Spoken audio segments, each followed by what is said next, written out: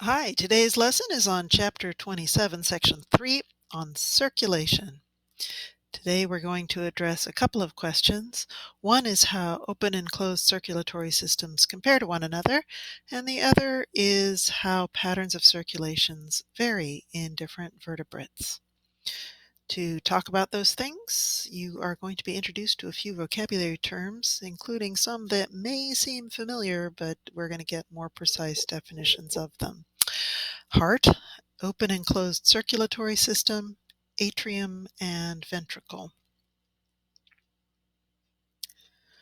All right, so the circulatory system in animals is the system that carries blood around the body, and all circulatory systems that animals have a couple of features in common.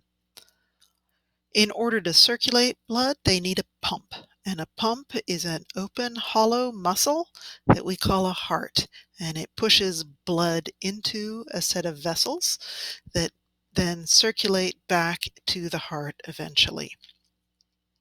And that's about all the similarities they have. After that, things are different among organisms. One key difference is what happens after they first enter the blood vessels after they leave the heart. Some animals have what are called open circulatory systems. What happens next is that the blood leaves the blood vessels out of openings called sinuses, and within the body of the animal, the blood flows freely outside the blood vessels and washes over the organs where it can deliver nutrients and take away wastes, things like that. Eventually, the blood makes its way back into a vessel that delivers it back to the heart where it can be pushed forward and through the body again. One example is in insects. Insects have an open circulatory system that's illustrated here in this drawing. What you see are a series of different pumps, which means that this animal has not one heart like you and me, but in fact several hearts, several pumps that move the blood forward, and then it washes out of the sinuses of these short blood vessels and throughout the body cavity, eventually winding its way back into the blood vessels and back to the heart. What's probably more familiar to you are closed circulatory systems, because that's what you've got. In a closed circulatory system, the blood from the heart gets pumped into vessels and then it never leaves the vessels. In other words, there are no sinuses, no openings for the blood to reach the tissues that need the contents of the blood. Instead, the blood flows through vessels all the way back to the heart and it gets circulated round and round, never leaving the vessels, which makes it a little hard for the blood to reach the tissues that it needs. And in order to get to the tissues that need the materials that are in the blood vessels become very small and thin into structures called capillaries. And it's when we're in these capillaries that blood can move across the blood vessel barrier and deliver the nutrients and so on that it carries, at which point it returns to the heart. An example of a closed circulatory system other than your own is in this earthworm. This earthworm, like the insect, has many heart-like structures up front and a closed circulatory system that delivers that blood to all the tissues in its body. Annelids, like the earthworm, are segmented animals, and every segment has its own little circulatory apparatus.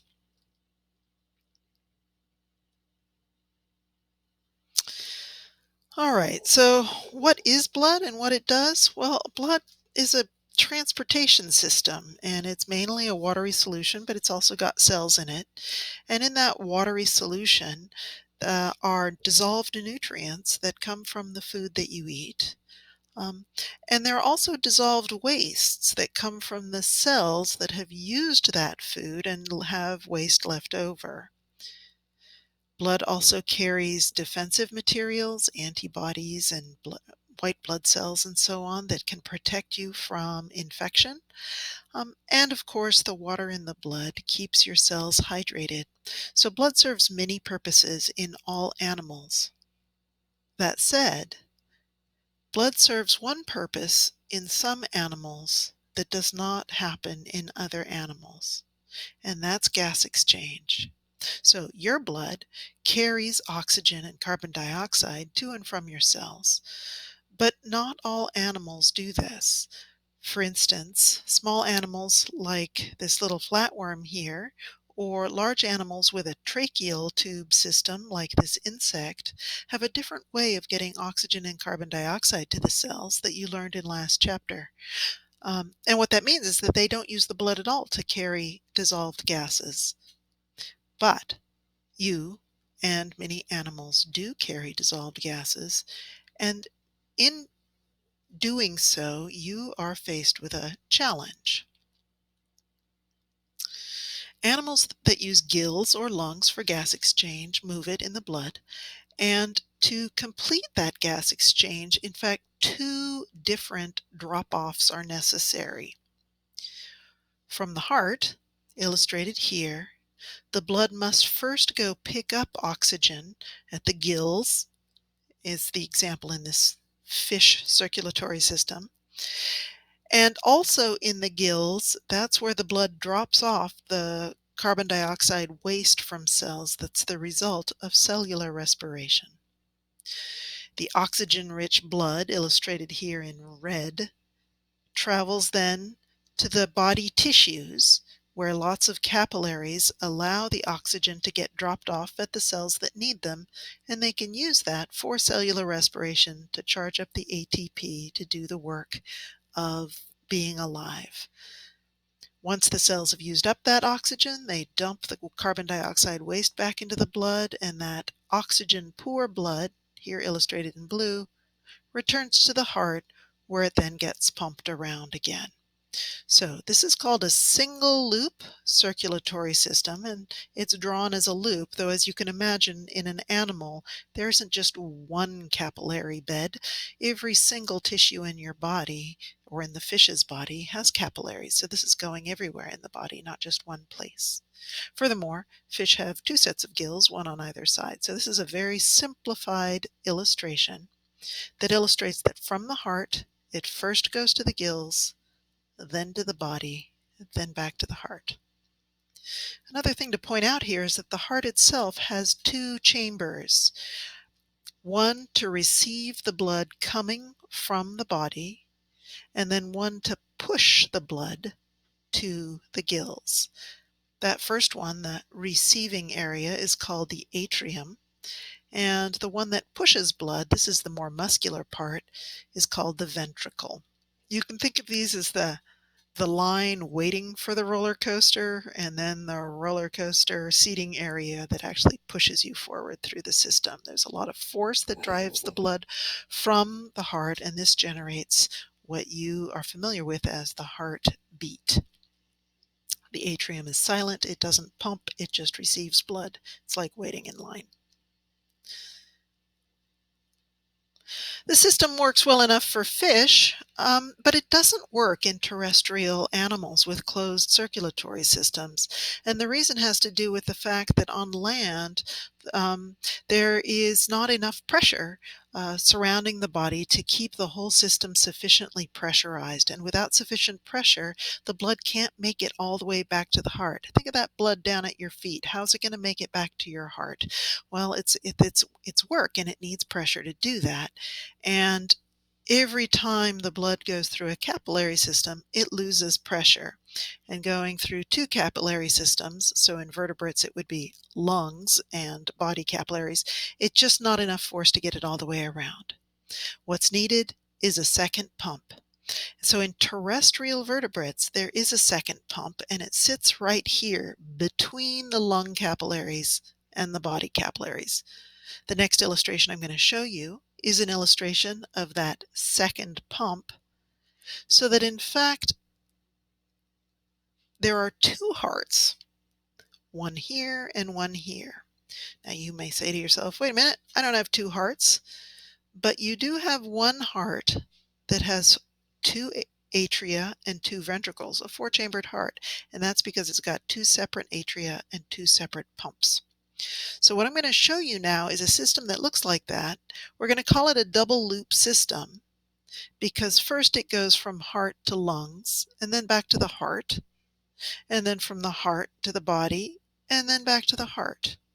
But what it's going to do is going to put the heart that's over here and the heart that's over here, it's going to squeeze them both to the middle so they are connected. Here we go. Okay, so starting again, the oxygen-poor blood that has come from the body first enters the atrium of the heart, and then it leaves the ventricle here, the right ventricle, that moves then to our lungs to pick up oxygen. The oxygenated blood has to go back, now this is the new heart, to a second atrium where it collects and is pushed by the left ventricle all the way out to all parts of the body. This left ventricle is the strongest muscle of your heart. The right ventricle is the weaker of the two muscles, and that's because if you think about the orientation of your body, your lungs are really near your heart. It doesn't have to push very far to get there, but to push the blood all the way to all parts of your body, it has to push pretty hard. So the left ventricle represents the strong muscle, but the fact that there are two muscles here explains why your heartbeat has two beats, lub-dub, lub-dub. All right, and this oxygenated blood then goes to your body, loses pressure, loses oxygen, picks up carbon dioxide, and returns to the heart so that it can get pushed successfully back to the lungs. This is called double loop circulation. Now, how do you get from a single heart to a double heart? Well, there is an evolutionary pattern that has occurred over the history of the development of terrestrial organisms. What happened was this, that from the system of fish with one ventricle and one atrium evolved the first terrestrial land vertebrate, I should say, and it has one ventricle and two atria. So there are two receiving pockets and a single ventricle that delivers it to all parts of the body. In the reptile, it's like the amphibian, one ventricle and two atria. But the ventricle has a partial separation in it, not complete separation, making it into two separate ventricles, but a partial one. And the reason for that is that this single ventricle now is receiving both oxygenated and oxygen-poor blood together, and they mix together, which is not efficient. This is a little more efficient, and in birds and mammals it's very efficient with complete separation and no mixing between the oxygen-poor and the oxygen-rich blood. That's important because birds and mammals have much higher oxygen needs than reptiles or amphibians. Not only are they more active, but they're also endothermic. They need to use cellular respiration to keep themselves warm, and so they're doing a lot more cellular respiration, and as a result it's a lot more oxygen demand. All right, and that's all there is to it for the circulatory system.